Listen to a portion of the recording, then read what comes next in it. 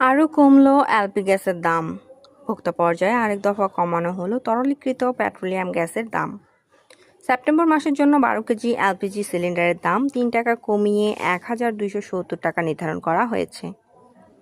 মঙ্গলবার 2 সেপ্টেম্বর দাম কমানোর নতুন ঘোষণা দিয়েছেন Bangladesh energy regulatory commission BERC.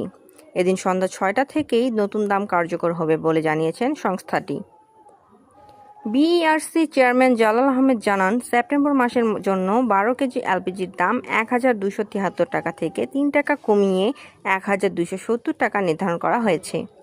এর আগে গত 3 আগস্ট সবশেষ সমন্বয় করা হয় এলপি গ্যাসের দাম। সে সময় আগস্ট মাসের জন্য 12 কেজি সিলিন্ডারের দাম 91 টাকা কমিয়ে 1273 টাকা নির্ধারণ করা হয়েছিল।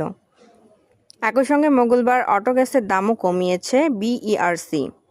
সেপ্টেম্বর মাসে ভোক্তা পর্যায়ে 13 পয়সা কমিয়ে অটো গ্যাসের মূসক সহ দাম প্রতি লিটারে 58 টাকা 15 পয়সা নির্ধারণ করা হয়েছে।